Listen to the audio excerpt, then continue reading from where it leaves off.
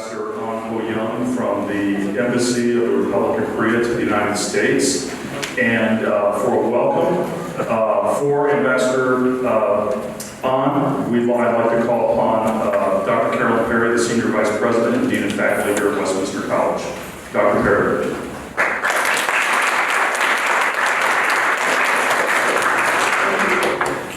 I want to welcome you tonight to this very special event, sponsored by the Churchill Institute for Global Engagement.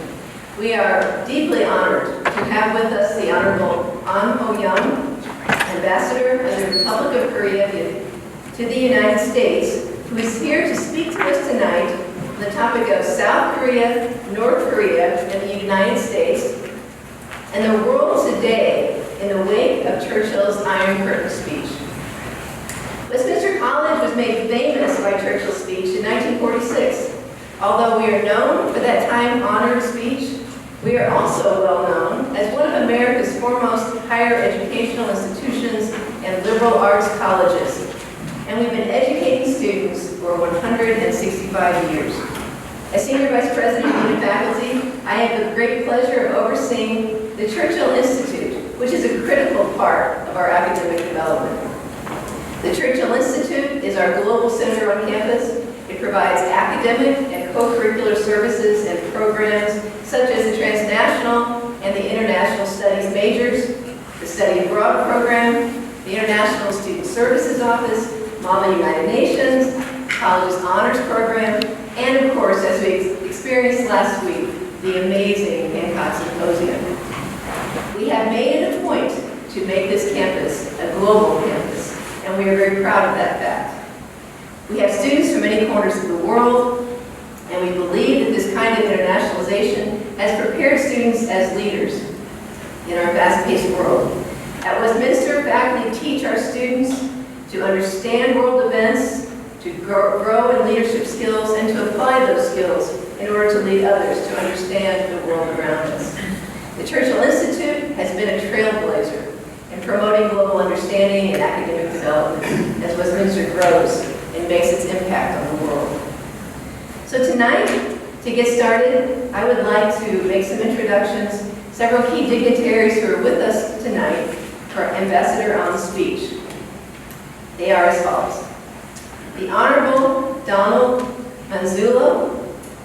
Mr. Manzullo is a former congressman from Illinois and president and CEO of the Korean Economic Institute in Washington, and we are happy to have his wife Frida with us as well. Please stand and be recognized.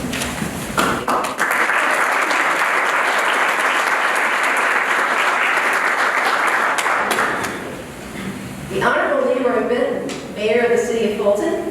Mayor Benton is moving this city forward in exciting and innovative ways. We are thankful to have you with us, Mayor.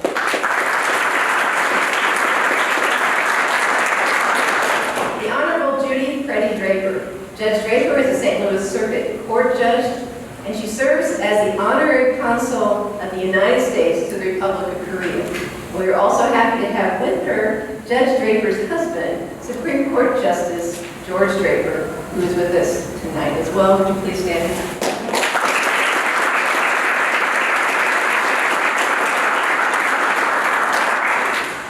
Mr. John Kim, Foreign Service Officer and Diplomat from the Embassy of the Republic of Korea in Washington. Mr. Kim.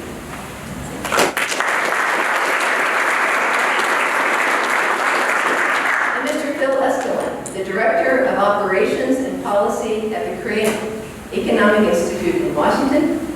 We are delighted to have you all with us tonight. And now Dr. Jefferson will make some further introductions. Thank you and enjoy the evening. Donald Manzullo.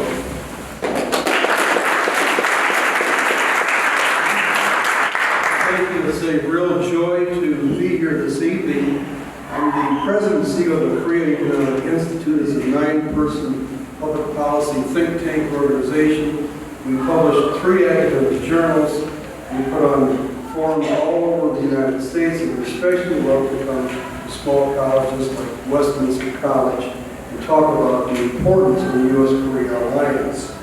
I had the privilege and honor of serving 700,000 people in the Northwest area of Illinois for the past 20 years. And as my wife and I travel throughout the state, the countryside is absolutely gorgeous, similar to areas that we have in Illinois, except here you have more hills and we have more flat. I've always been fascinated by Korea, seeing its rise from a desperate country, locked in poverty, to becoming the 13th largest economy in the world, ahead of Canada and Spain.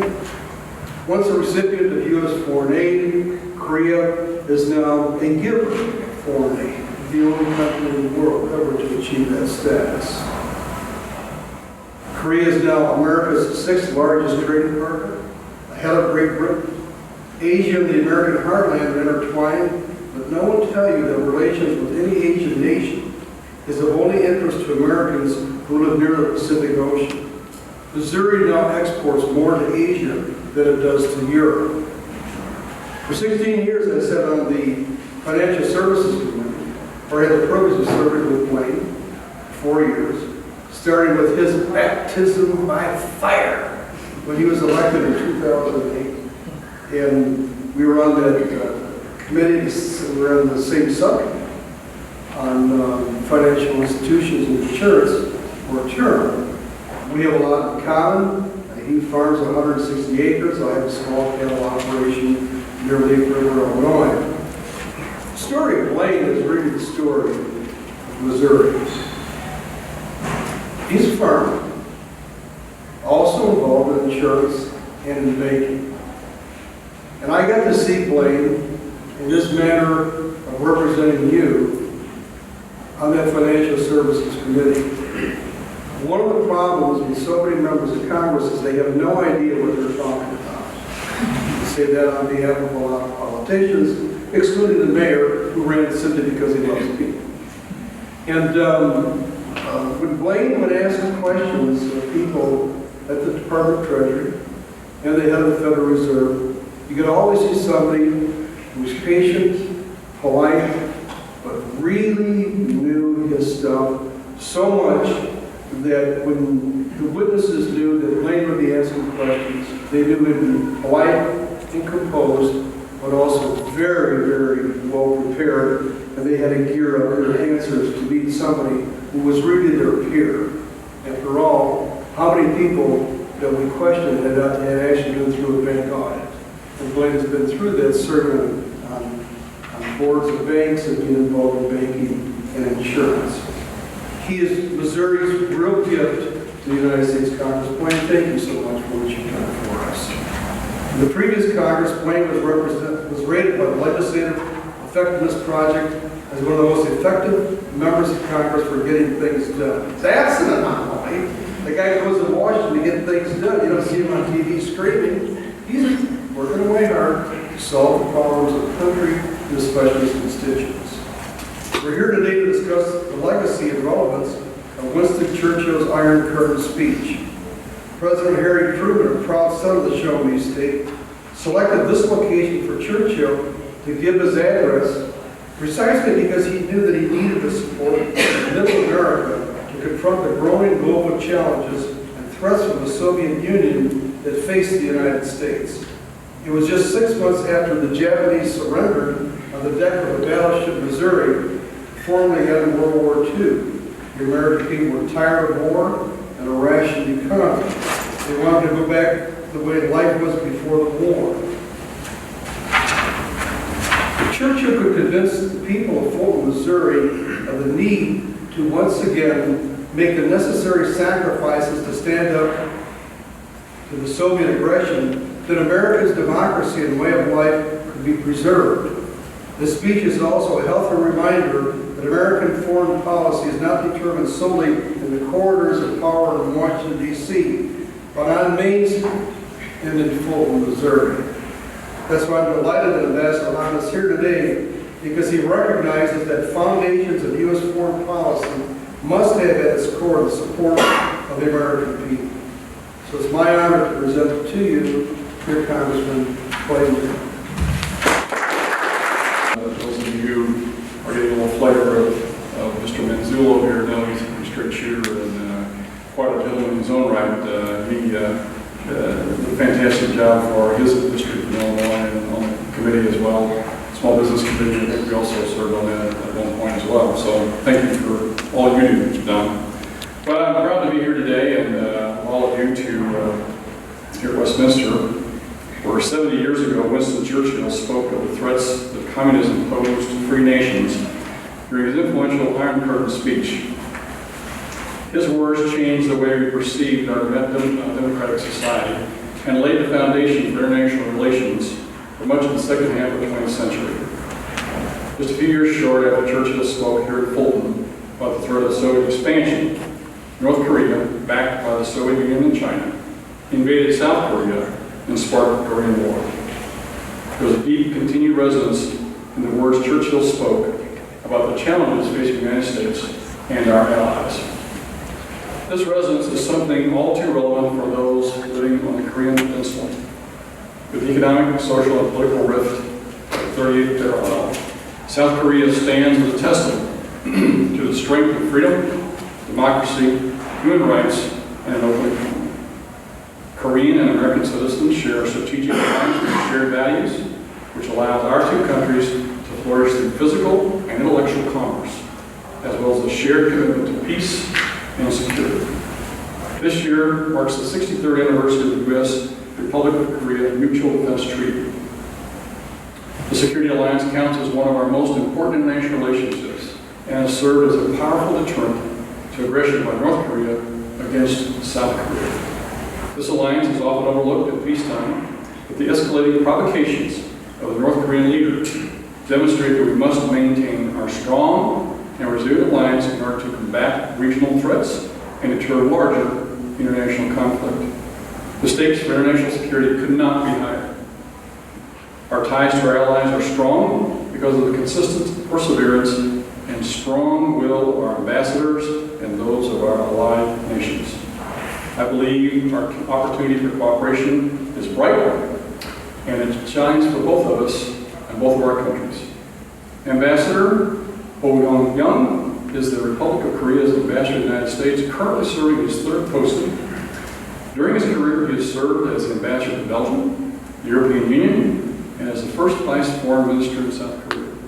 He has worked as deputy minister for trade, the director general for the Multilateral Trade Bureau, the director of International Trade Law Division in the Office of the Minister for Trade, as well as a counselor at the Republic of Korea's permanent mission to the United Nations.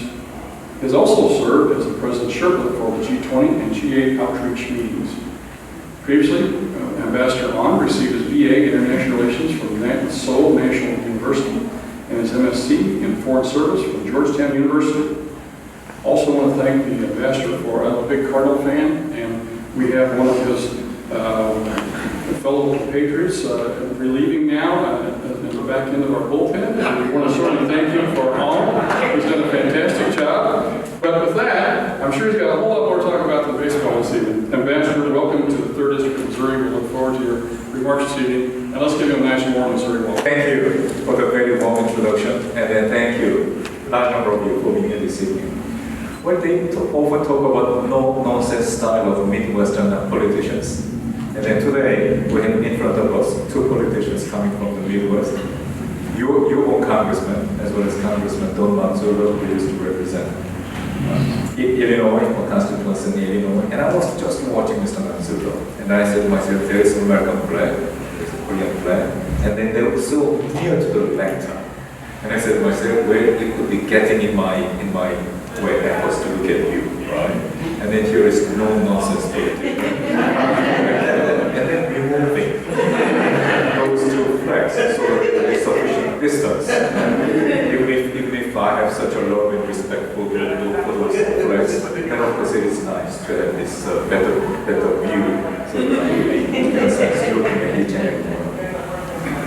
Having said that, Fulton, I have to say, you are very lucky to live in and then, as a matter of fact, always, in a sense, experience this historic city.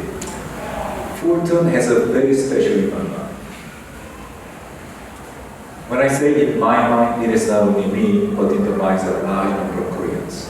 Why is that?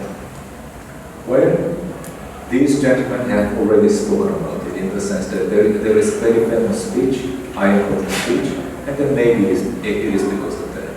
So let us just think about Ahn Ho Young speech. What was that?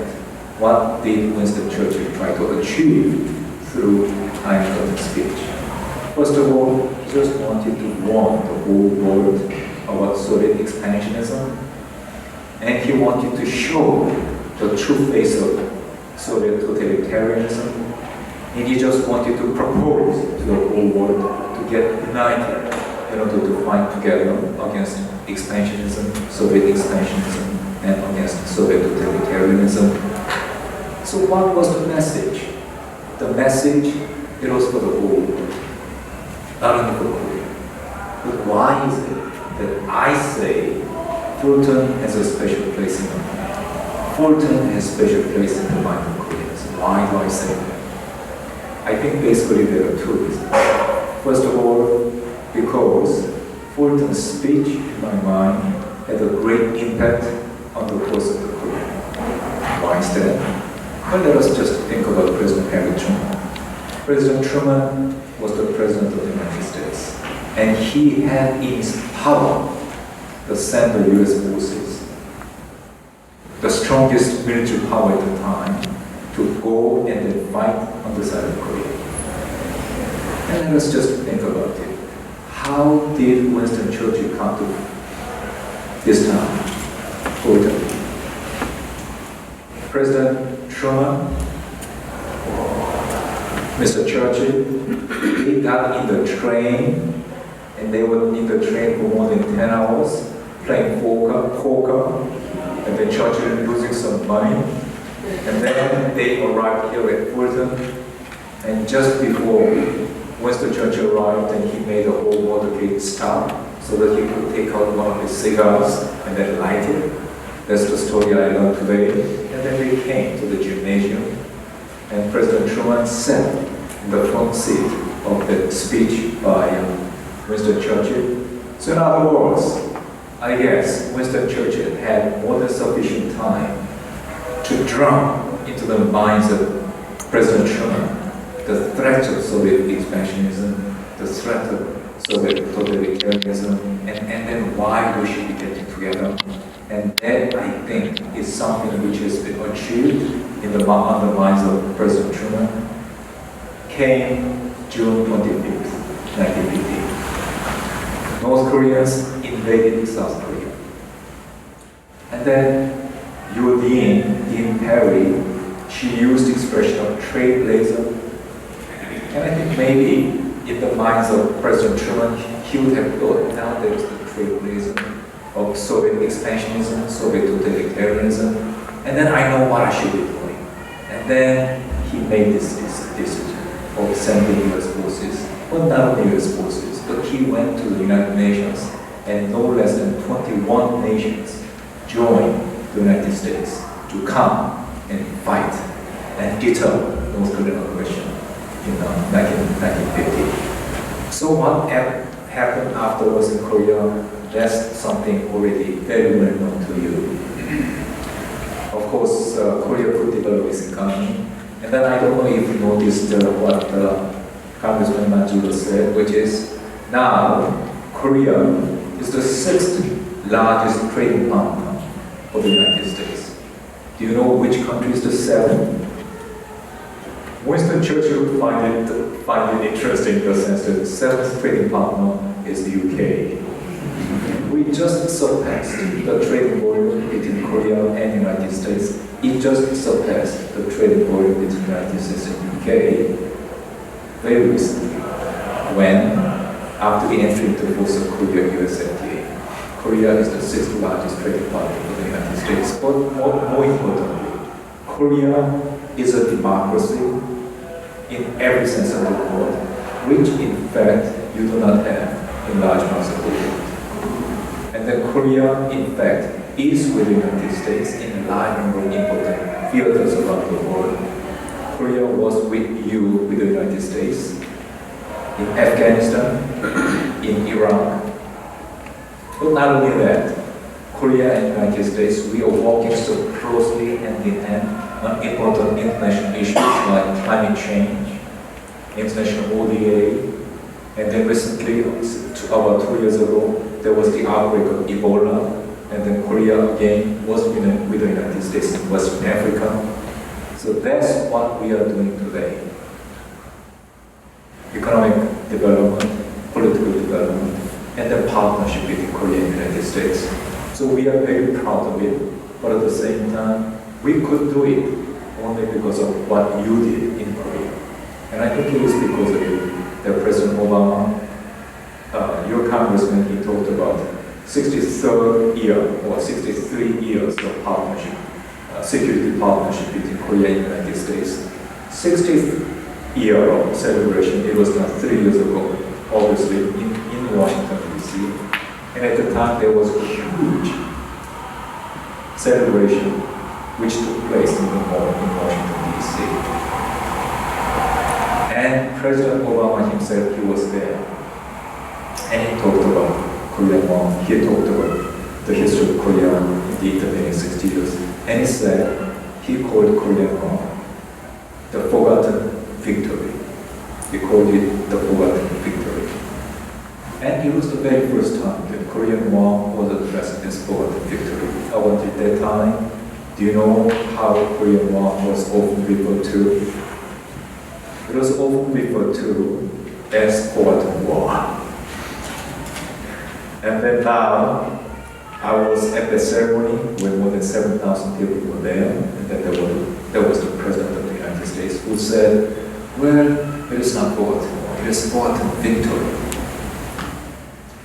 And for all that, as I said, we in fact cannot but think about this speech, historic speech, that was made by Winston Churchill here in Fulton, here at Westminster College. There's the first reason. Second reason, why Fulton holds such a special place in my mind. Second reason, it is because the impact that Fulton's speech must have had on something we call today global liberal order. And there is something which I think there is the single most important contribution that has been made by the United States to play such a leadership role in building this global liberal order after World War II. And when I say global liberal order, then I think about three important pillars in this architecture. And then the first pillar will be, of course, pillar of security. And then for that, then of course, the United States after World War II, it was building this security partnership, security alliance with 7 partners. NATO, Rio Treaty, and then they are collective security arrangements. But other than that, the United States entered into a series of bilateral security arrangements with 5 countries. Korea, Japan, Australia, Philippines, and Thailand. So United States, you have only 7 security partnerships, security alliance. And then in fact, NATO, these bilateral security arrangements, as well as United Nations Security Council system, they formed this pillar of security. But at the same time, there was the economic pillar, and then for that, of course, there was the Bretton Woods system, IMF, IBRD, and then GATT, and then all of them. They in fact provided this second pillar, economic pillar. But at the same time, most importantly, there was another pillar, which in fact is the values underlying those security arrangements as well as economic arrangements. And then that pillar of values, there is democracy, market economy, rule of law, human rights. And then there's something which has been built with the leadership of the United States. Let us just, coming over to the Westminster College, I can define that history is something you learn a lot. History is something which is highly appreciated in this campus. And let us just think about human history for the past several thousand years. And then let us just try to put this 70 years of human history after World War II in this context of several thousands of years of human history. 70 years that we have lived through, it was an exceptionally peaceful period of time, wasn't it? It was an exceptionally prosperous period of time. Of course, we had several financial crises. Of course, we had Great Depression, Great Recession. But even then, these 70 years, they were exceptionally peaceful, they were exceptionally stable, they were exceptionally prosperous. Then how was it possible? I think it was possible because of this global liberal order, which was built with the leadership of the United States. Korea, I just told you about economic development we could make, about political development we could make, and then Korea trying to find its place in the international community. And of course, we are very proud about what we have achieved over the past 70 years. But one confession I have to make is, without this global liberal order, then it would have been very, very difficult for Korea to do the things we have done over the past 70 years. So we, in fact, are deeply appreciative of this order which has been built over the past 70 years. And again, I think what Winston Churchill has tried to do, it was in fact a symbolic of all those efforts which have been made by a large number of leaders in the United States as well as in the Western world. So that in fact is the second reason why Fulton has such a special place in my mind, as well as in the mind of so many of my countrymen back in Korea. So they are the two things that I wanted to share with you about Fulton. But the third point I want to share with you today is this, which is, what is the message that Winston Churchill, for his Fulton speech, would have for today? Or does it have any message for today? That's my third point. And then for that, I often think about what I observed back in Washington, D.C. in 1990. 1990, I was a young diplomat in Washington, D.C. And then out there, the Churchill Museum, there are 5 pieces of Berlin Wall standing in the yard of Churchill Museum. And that wall came down in 1989. In 1990, I came to Washington, D.C. In Washington, D.C. at the time, people were talking a lot about the end of the Cold War.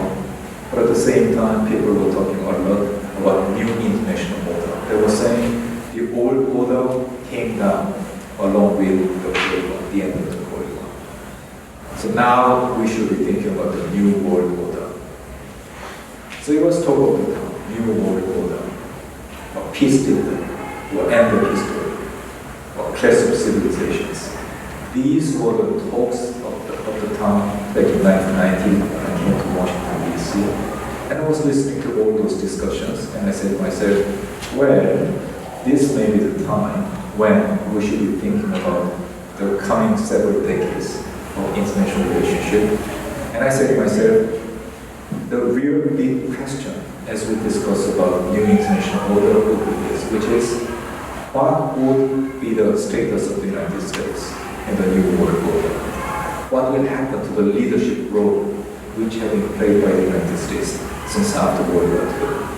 That, in fact, was a big question in my mind as I was listening to all those discussions about new international order. Iran invaded Kuwait in 1990. President Bush, H.W. Bush, he responded very strongly to that invasion. And I said to myself, well, maybe the Cold War is over, but at the same time, this leadership role to be played by the United States, maybe it is going to stay with whatever the new international order may be. And then President Clinton was there, and then President Clinton began to talk about one very interesting expression, which was indispensable nation. Do you remember that? Indispensable nation. That was the expression which President Clinton began to use quite often, and I was listening to him, indispensable nation. He said, the Cold War is over, but at the same time, we must continue, the United States must continue to be an indispensable nation for the international community.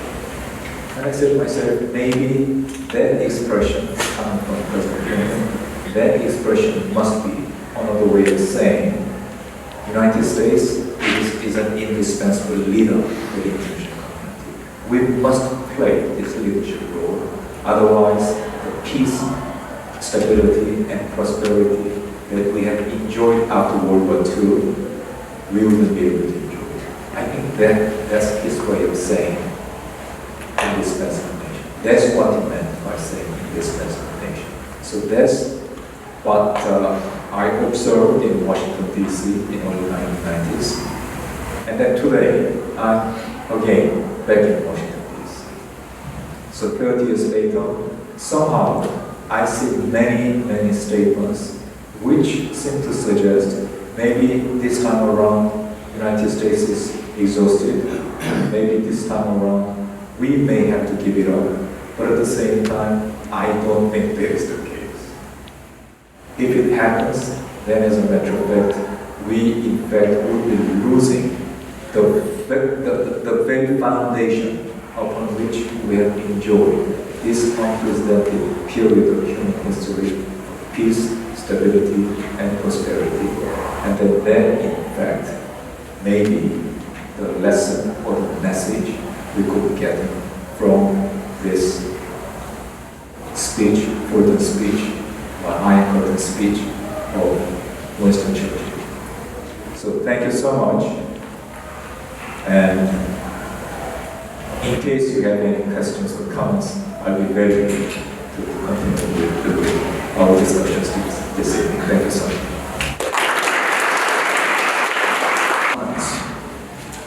Gordon, Sir, in recent... go ahead and stand up if you don't mind. Thank you for accepting my question, sir. In recent months, one of the presidential candidates has shown or has spoken admiration towards Kim Jong-un, and also spoken about withdrawing support of U.S. troops in South Korea and Japan as well.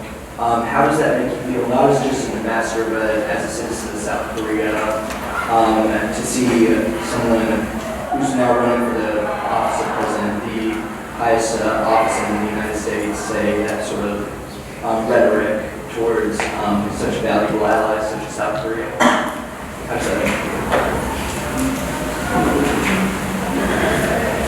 feel? Well, thank you. Are you a student here?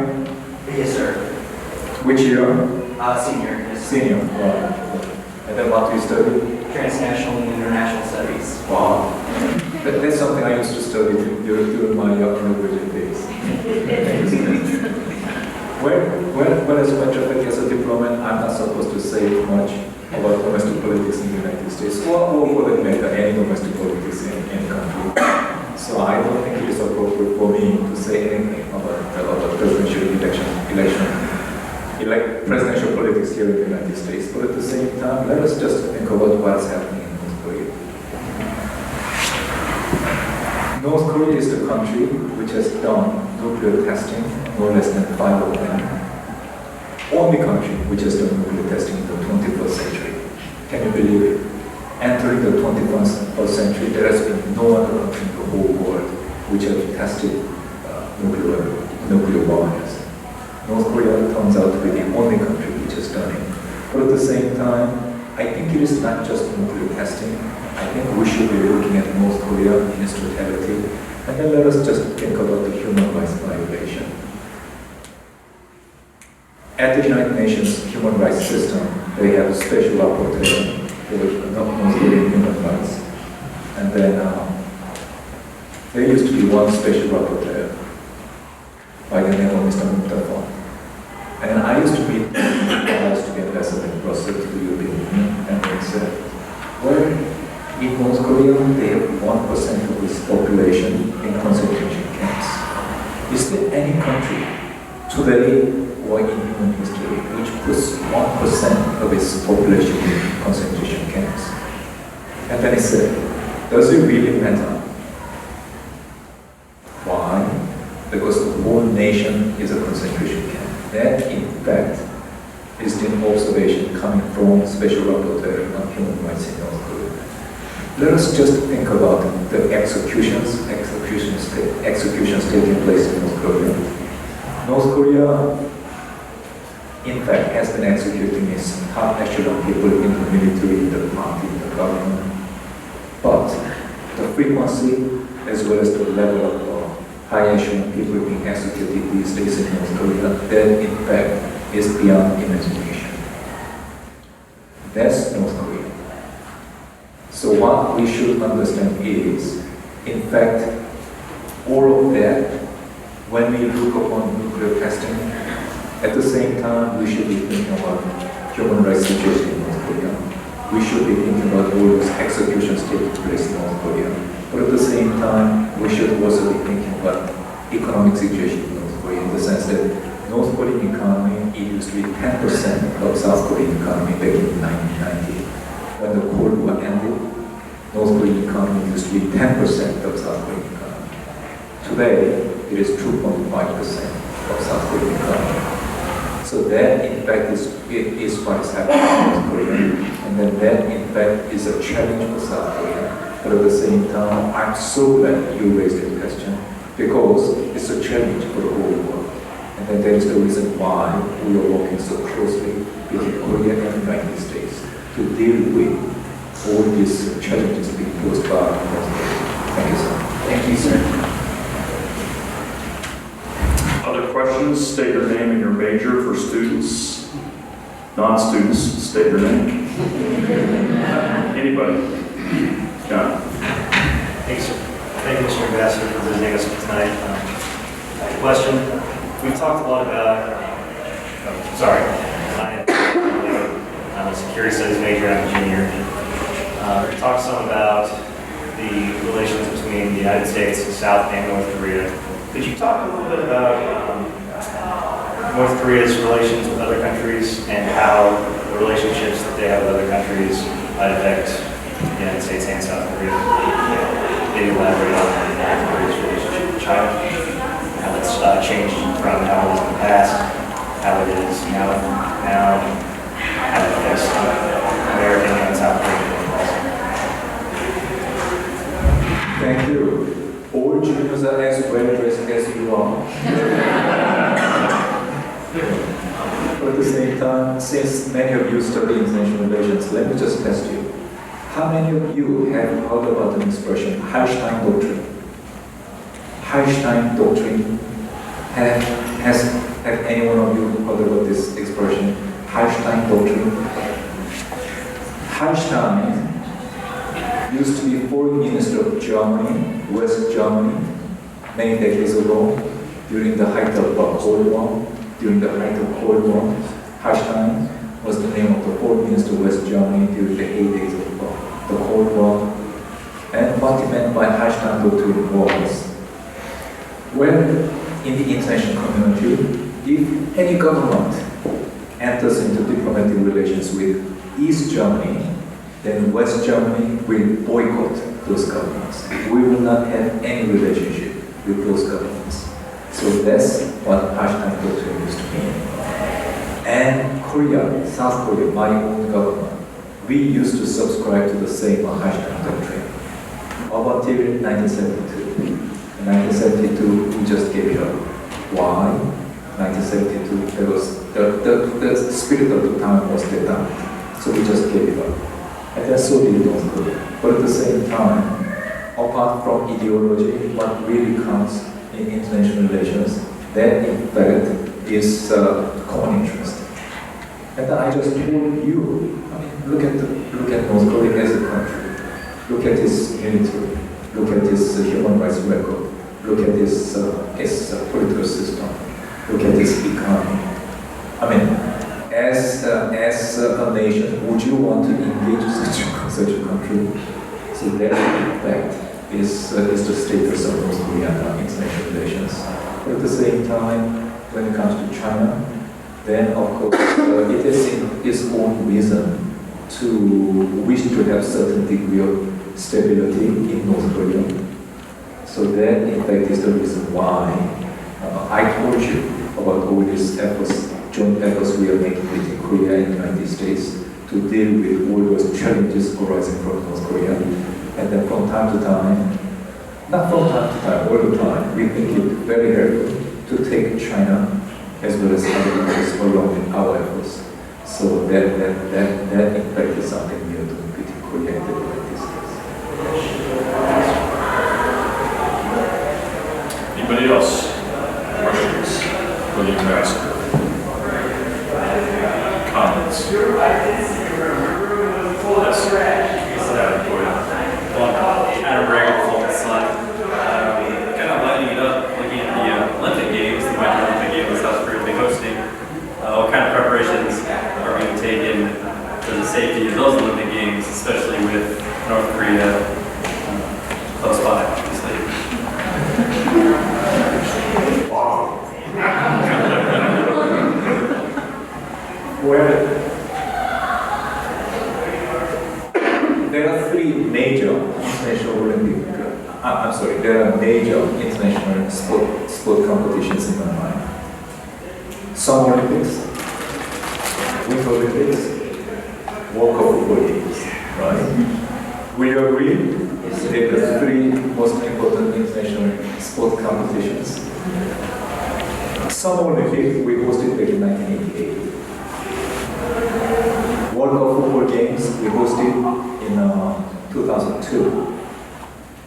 US team, by the way, did very well in the World Cup football games. I think you ended up fighting the third, right? Bronze medal. I think that's what the US team did.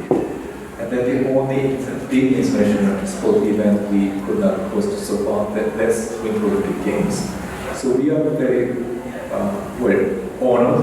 We feel very much honored to be hosting this Winter Olympic Games in 2018. So how are we preparing for that?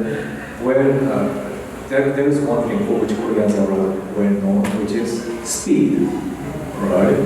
So I think all the Winter Olympic facilities necessary for holding Winter Olympic Games, I think we will build them well in advance and then have them tested well before the athletes arrive on the slopes as well as on the ice links. But at the same time, Gangwon-do, that's the name of the province where Winter Olympic Games are going to take place. Gangwon-do, it in fact needs a lot of infrastructure in terms of transport. So one of the things which you're doing now is to build high-speed train between Seoul and Pyeongchang, where this Winter Olympic game is going to be held. And then personally, I'm very glad about it because I used to ski a lot while I used to work in Geneva. Then I came back to Korea and I wanted to continue with my skiing. Transportation was a problem. Going there, it took me about 2 hours. Coming back would be taking 5 hours. So I just gave it up. But this high-speed train, once it is established, thanks to Winter Olympic Games, I think it will further open Korean society to all different kinds of winter sports. So personally, that's what I'm looking forward to. But at the same time, security threat arising from North Korea, that's what one of the points included in the question. And then we are very conscious about the challenge being posed by that. So we will ensure that it will be as event-free as was the Summer Olympic Games as well as World Cup Football Games. But thank you for reminding us about this very important aspect of preparation for the big game. Thank you. Other questions? Comments? For the ambassador? Yes. Hi, my name is Jeremy. I'm a security studies major and a freshman. I was wondering, how does someone become an ambassador in South Korea?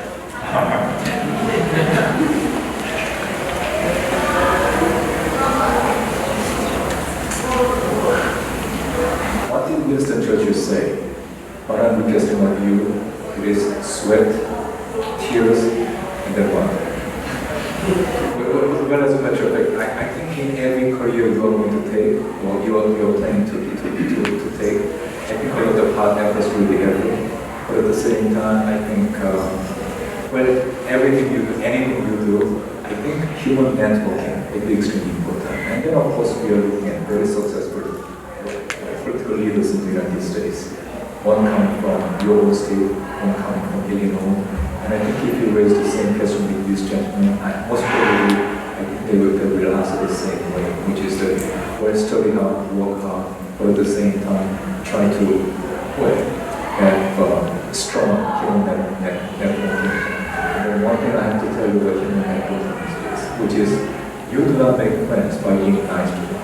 I think it is just your inner strength, and then the way you deal with people, and then the consistency of the way you deal with people, which in fact will pay off after all, in due course. And I think we live in a fast-changing world, and in this fast-changing world, I think it will be very important for you to have certain areas where you will be really comfortable. I mean, in this area, I think I'm really, well, can talk with anybody coming from any part of the world in this particular area.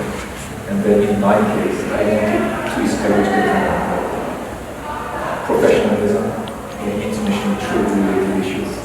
And then why did I choose international trade? Somehow I thought that in fact would be something at which I would be able to do best. So that was just what I believed in the scientific basis with anyone.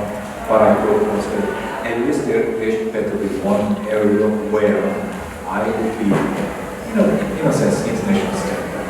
And then I was just at the beginning of this session, I was talking to your congressman, and I came to find that in his case, his strength comes from his complete understanding of the banking sector. And then that's something which Mr. Manzullo was telling you in the sense that these gentlemen used to be congressmen at the same time, and then we watch those hearings all the time. But the depth of the hearing would come from the depth and confidence of you as a congressman.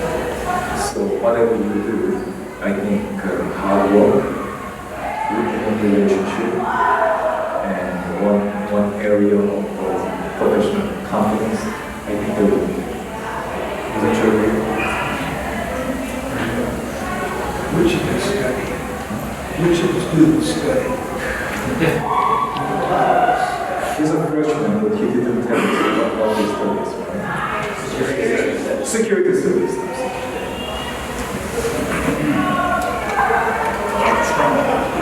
Jeremy Strawn, I teach transnational studies, and also study abroad students. You mentioned the Holstein Doctrine in West Germany, and South Korea had a similar policy up until the early 70s.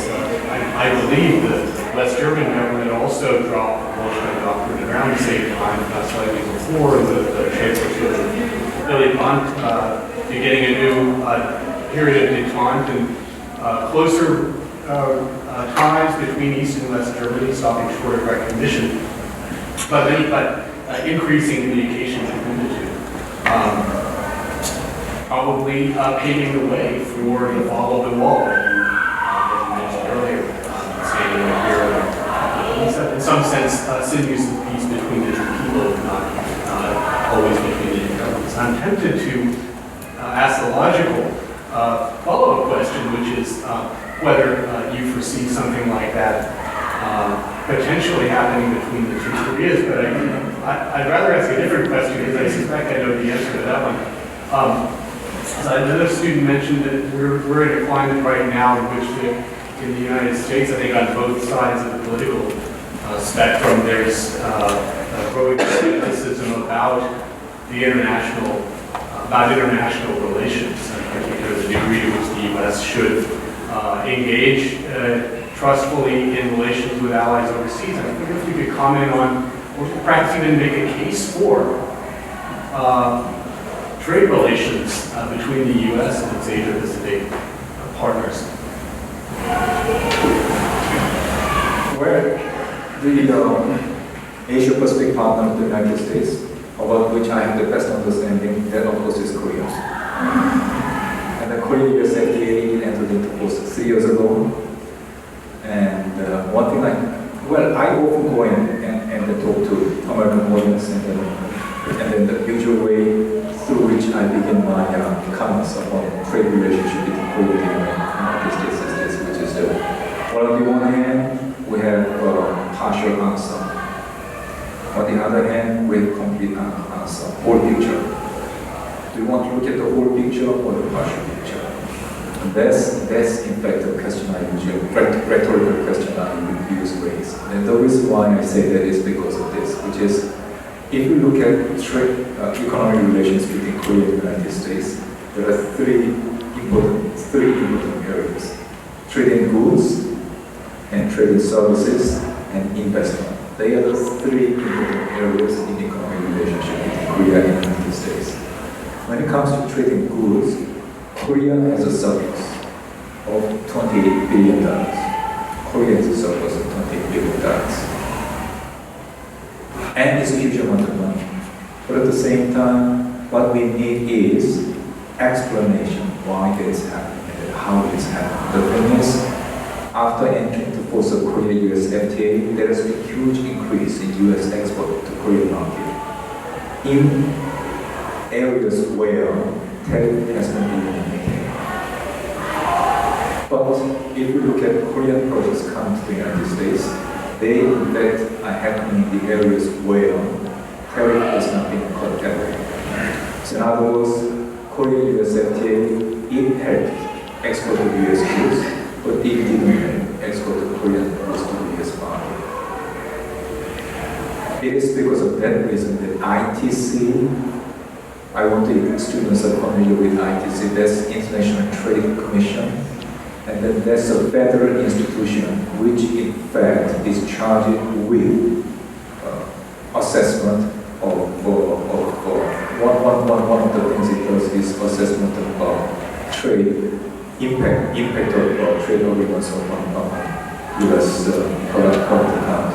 And then recently ITC came up with a report and then it said today Korea's surplus is $20 billion, but without Korea-US FTA, it would have been much larger, $44 billion.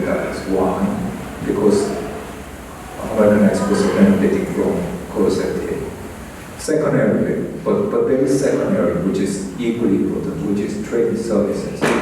Trade and services, United States has important surplus, about $11 billion, and then that surplus is growing over time. So that is trading services where United States has advantage as well as surplus. And then third area, there is investment, and then Korean investment in the United States, it is increasing in a very interesting manner. And then because of it, there is $5 billion surplus of US Korean investment in the United States. Now, what does investment mean? It means creation of jobs. It means creation of well-paying jobs. The reason why I say well-paying jobs is because average wage in the United States, that's a little more than $50,000.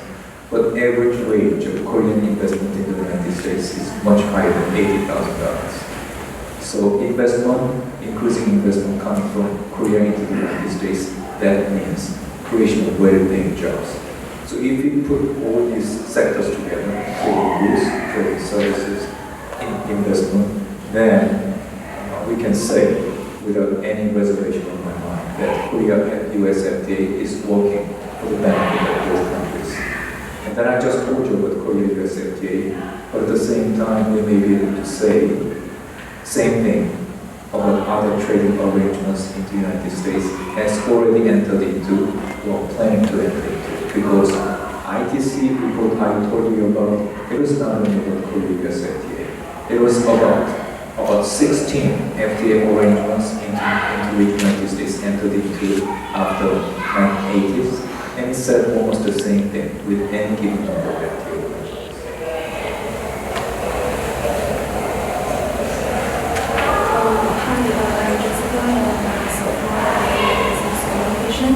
And I know recently South Korea said that the terminal high altitude defense was one that was left. And I want to know what's your opinion on this issue, how it will affect the global relationships.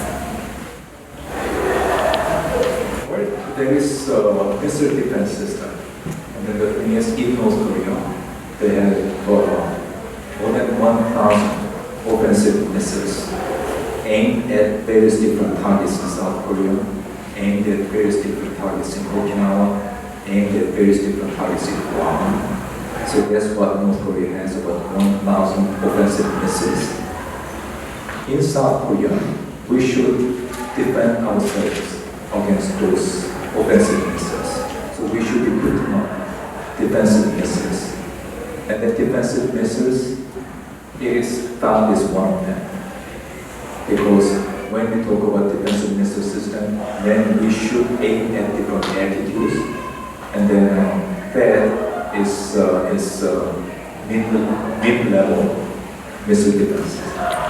So that in fact is a defensive weapon system that we think we need in order to better protect ourselves against all those offensive missiles coming from North Korea. Time for probably one or two more questions, sir. Jacob Schill, I'm a security studies major as well as information technology and computer science. My question is two parts. You kind of hinted on it already. First one is, in your perspective, what is the biggest threat to the Korean people? And the second one is, what are your thoughts on the events and its effects of the things going on in the South China Sea? What was your first question? The biggest threat to the Korean people. Biggest threat to the Korean people. Well, when it comes to security threat, and of course this evening we have been talking about those security threats coming from North Korea. But at the same time, I think it is not the nature of the threat as such. I think if you are in fact capable enough to deal with the threats, then of course the nature of the threat will be far less threatening. And then there is the reason why, in fact, earlier on I've been emphasizing about the importance of maintaining the international system, which I just addressed as global liberal order. That, in fact, is the reason why we should be maintaining the system, and then from which we benefit, but at the same time, everybody benefits, including the United States. This is what I think. And then when it comes to South China Sea, then I have to tell you this, which is freedom of navigation is very important. 95% of our oil, Korea doesn't produce any oil. We import all the oil we use in Korea. Then 95% of them, they sail through South China Sea. So freedom of navigation is extremely important, and then it is for that reason that in case there is differences of views, in our view, it should be resolved through international norms and practices, rather than through other bilateral means. So that's what we believe in, and then it is on the basis that, again, we are working very closely with the Korean as of many other issues. One more question, final question. Yes, in the back. My name is Clarice Leach. I'm a creative writing major and a senior at Westminster College. Very recently, the company Hunch Shipping filed for bankruptcy with the American government, and I know that this has left actually several ships essentially stranded at sea currently. Hunch Shipping is based out of, I believe, South Korea. How has this affected the Korean economy, if at all, and what are plans for the future, if anything, in dealing with the economy? You said you are majoring in writing? Yes, creative writing. Wow, that's very impressive. But when if a business major student was raising the question, I would not have been as impressed as I am this evening. But at the same time, you're right in the sense that Hanjin Shipping, it in fact is one of not only Korea's major shipping company, but one of the major shipping companies in the whole world. So this bankruptcy proceeding, which the company is now going through in Korea, as well as in the United States, as well as in many countries, in fact is also a great concern. But when it comes to the United States itself, then we have been working on that particular issue in order increasing costs for the transportation of the goods between Korea and the United States. And bankruptcy hearing, in fact, that was very helpful in staying the seizure of those ships. When those ships enter into U.S. ports, then without those bankruptcy procedures, then of course they would be seized by the authorities. So that this bankruptcy hearing in New Jersey, in fact, it was very helpful to, in fact, stay the seizure of those ships from being seized. So that was the first step, but at the same time, we in fact are taking all the following steps so that this bankruptcy procedure wouldn't affect the transport of goods between Korea and the United States in a serious manner. Would it affect South Korean economy? Yes, it would affect South Korean economy. But at the same time, it is 1.4 trillion economy. And I think hopefully we will have sufficient buffering capability to deal with this shock arising from this bankruptcy. But thank you so much for your interest in Korean issues. Thank you. Let's thank Ambassador Ahn for coming.